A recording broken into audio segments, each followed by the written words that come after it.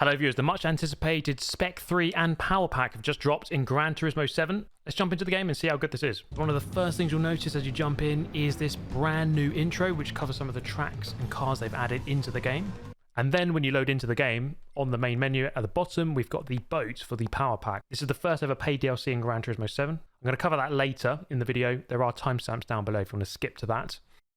So we've got the new opening movie and then 8 new cars in this update. So first up, the road car 296 GTB, 500,000 credits. Then we've got the GT3, which is 1.2 million, quite expensive. So brand new for Polestar, first appearance in Gran Turismo. Here we go, yeah, Polestar 5, 120,000 credits. So we've got this car. Let's have a look. So yeah, the F3500B. It's a great looking thing. Look at it. So this is quite expensive, 3 million credits, BN-R34.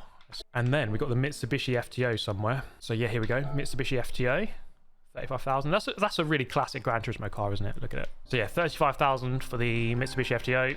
Put your hands together, ladies and gentlemen, for the Fiat Panda from 1985. Look at that thing. That is pure racing brilliance. And then we have, can I get myself out of the way? There it is, the Renault Espace for 2 million. Oh, look at it. Hell yeah.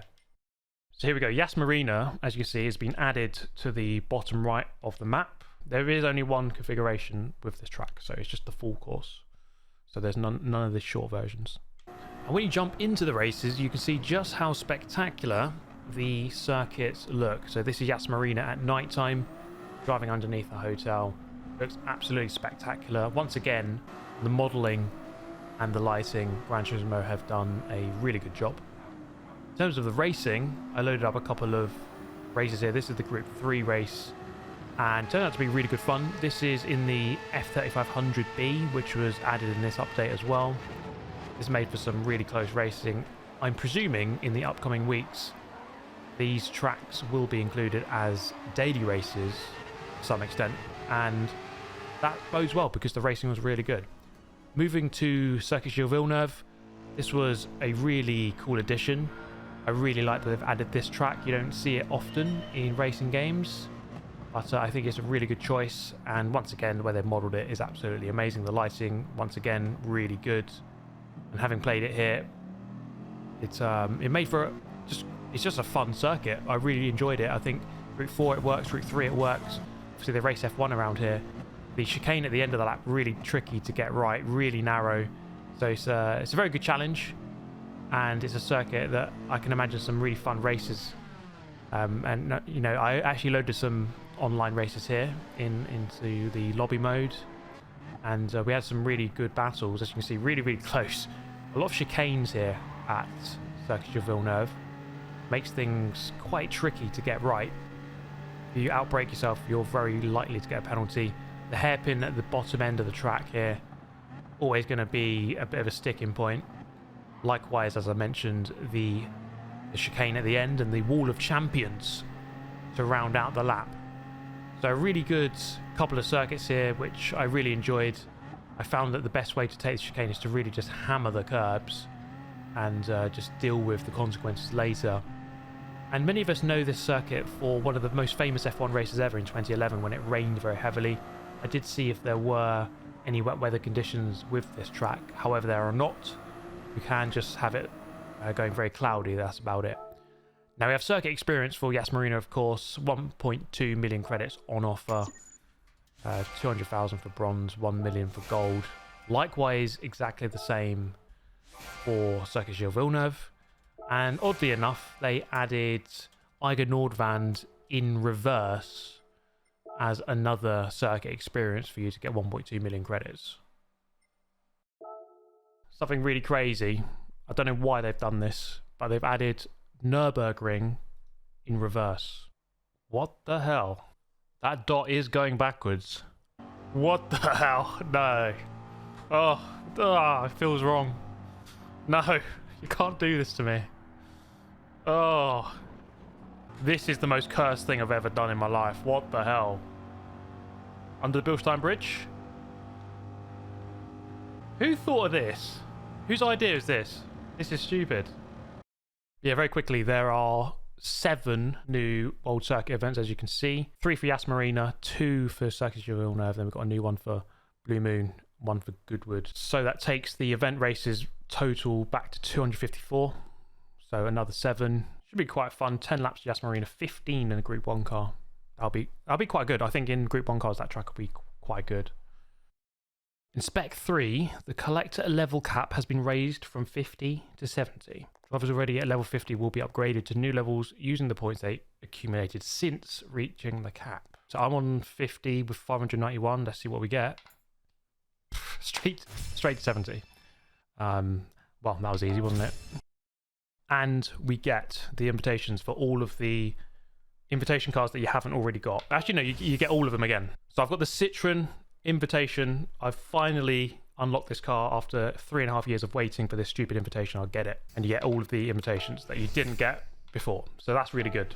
It has only taken 3.5 years for this to happen, and I had to wait for this update. I could finally buy this stupid car.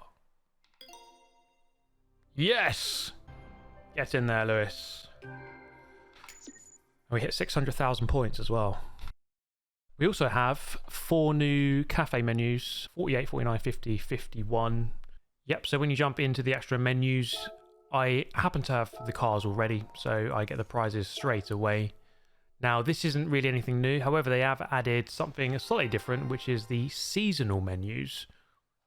And then there's the seasonal menu as well, if we look over here.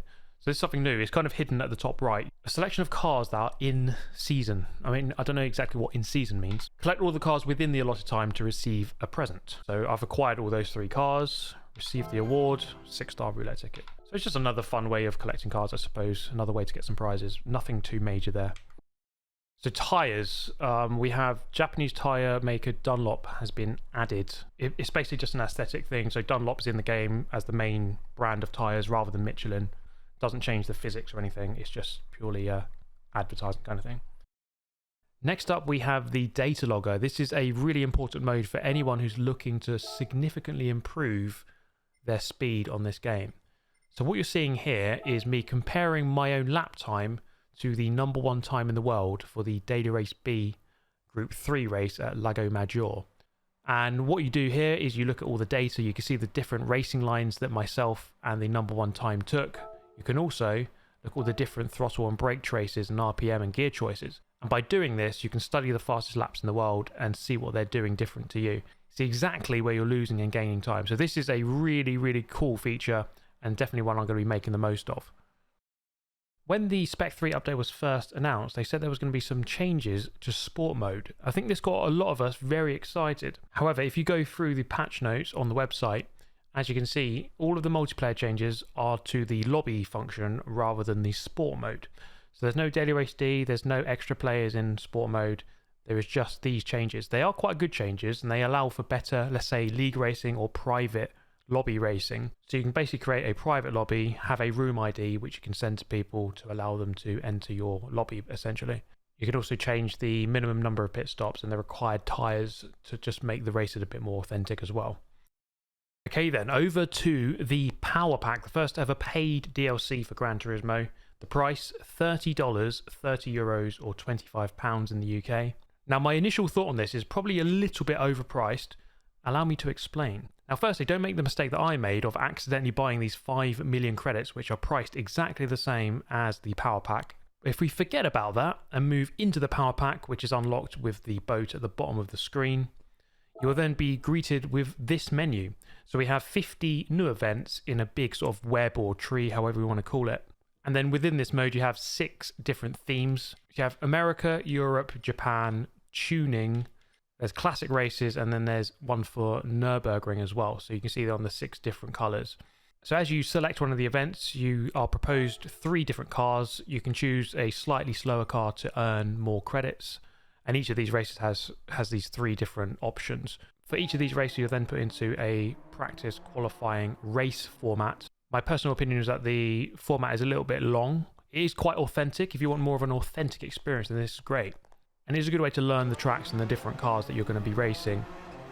However, for me, I kind of just skipped the practice, did 1 lap of qualifying, and then just went straight into the race. Now, the races varied quite a lot. Two of the races I had with Sophie 3.0, let's remember, this is the new version of the very powerful AI that you can race against. Two of the races were great. I had really good battles. They really tried to take the race to me, make it difficult for me, and I struggled to win. Some other races I qualified easily on pole, and it wasn't really much of a competition. There was this Daytona race as well, where it was quite a close race. It did feel a bit artificial, where on one of the straights they would just pull away very quickly, go through the bus stop incredibly slowly, and then on the next straight it was like they forgot how to press the throttle properly because they were going slower. So the AI didn't completely add up to me. They were taking some very interesting lines, sometimes going quite narrow into corners. Some corners they go really slowly around, some they go quite quickly around. So the balance isn't quite there, the consistency isn't quite there. But if the race is good, then it is really good. In terms of the longevity of this mode, I mean, there is quite a lot to do here. 50 events. I would estimate there's going to be tens of hours that you're going to have to put into this to complete it, because there's quite a lot of events to do, 50 in total, including a couple of 24-hour races. I think perhaps the issue with it is that there's no real, genuine new content. Sophie 3.0, you could argue, is something a little bit new. However, there's no new tracks, there's no new cars. So I'm going to keep playing this and really work out if it is good value, and I'll make another video separately for that. My initial thoughts are that the price is probably a little bit too high for what you're getting here. And in general, for this whole update, I would say that Spec 3 is really good. The tracks added are amazing. The cars have good variety. The data logger is a really good feature. Bit disappointing that there's no sport mode online improvements, but Spec 3 is very solid. Power Pack, however, remains to be seen. I am going to enjoy it and I'm going to play through the entire thing, but I don't think it quite delivers as much value as I was hoping for. But yeah, that's Spec 3 and Power Pack. I think it's a really good addition. Really good to see that Gran Turismo are still investing in GT7. Let me know what you think, guys, in the comments down below. I'll see you next time. Thanks for watching. Goodbye.